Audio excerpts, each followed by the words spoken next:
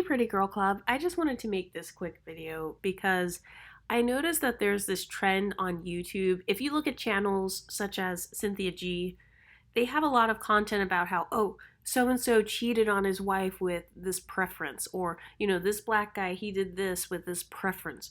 Why is it always about what the other woman looks like? Why don't we talk about how a lot of black women worship black male validation to the point where they will stay with cheaters, they will literally get unalived, they will allow their children to be R-worded by their men, and then they want to turn around and blame it on the phenotype of the other woman. I mean, that's like the epitome of trying to escape accountability.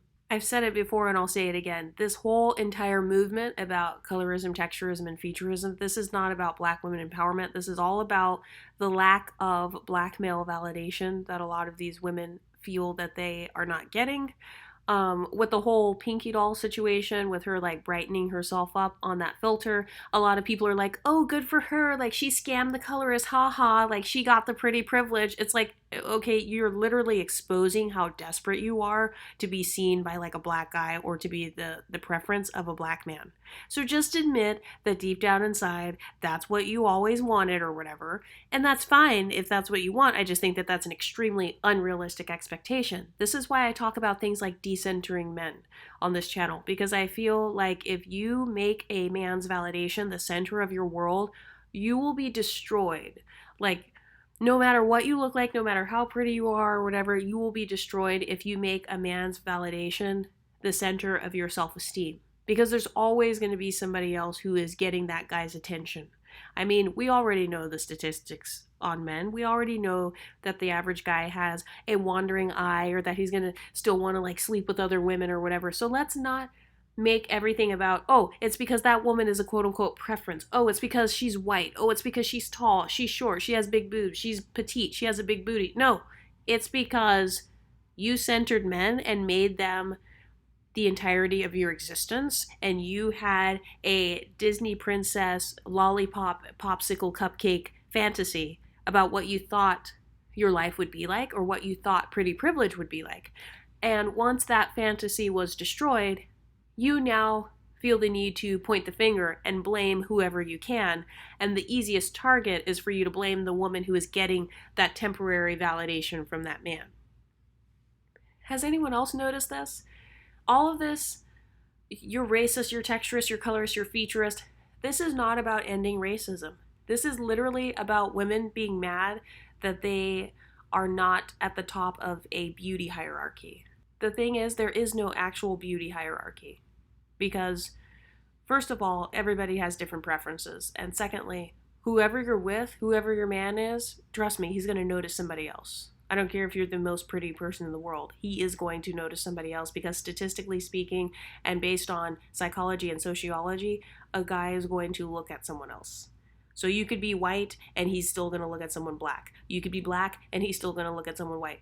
So I don't understand why women are like going against each other so hard on YouTube and making this some sort of competition for sexual or romantic validation. It just makes no sense to me.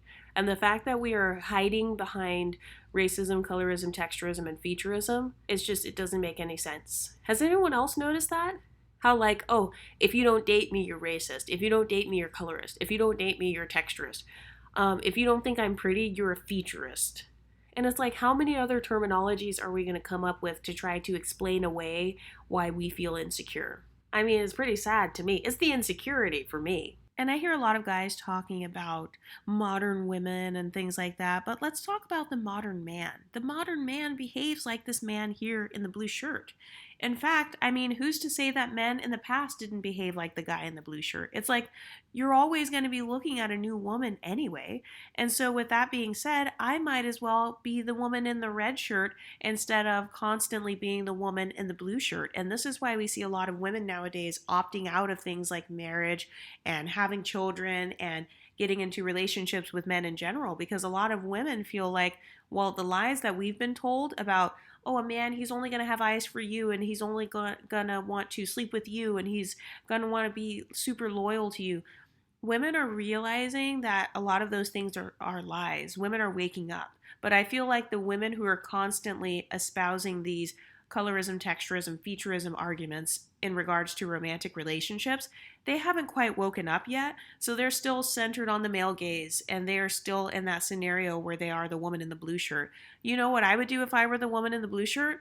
I would, instead of getting mad, I would let that guy walk away from me, and I would let him go and be with the woman in the red shirt. And then I would go and put on a red shirt myself and then be the new woman in the red shirt. And then guess what? I get to do what I want or whatever. I get to feel whatever validation I'm trying to feel, because obviously this is a validation argument. And then I wouldn't have to worry about committing my time, my energy, my life, my womb, and my finances to someone who is going to eventually wander anyway, whether it is sexually, whether it's mentally, whether it's emotionally. I just feel like we as women are arguing about the wrong things. Now, I'm not trying to say that colorism, texturism, and featureism don't exist. I'm not trying to say that we should just ignore those things, because I don't support any of those things. But I just feel like a lot of women won't admit that deep down inside, this has to do with the male gaze. But as soon as you understand how the male gaze actually works, you will no longer be worried about whether you look white enough or black enough or skinny enough or thick enough, because you'll understand that the male gaze, for the most part, statistically speaking, is never loyal. Statistically speaking, the male gaze is always wandering. So even if you are dark skinned and unambiguous with 4C hair, guess what? The male gaze is going to wander to you at some point, because that is the nature of the male gaze.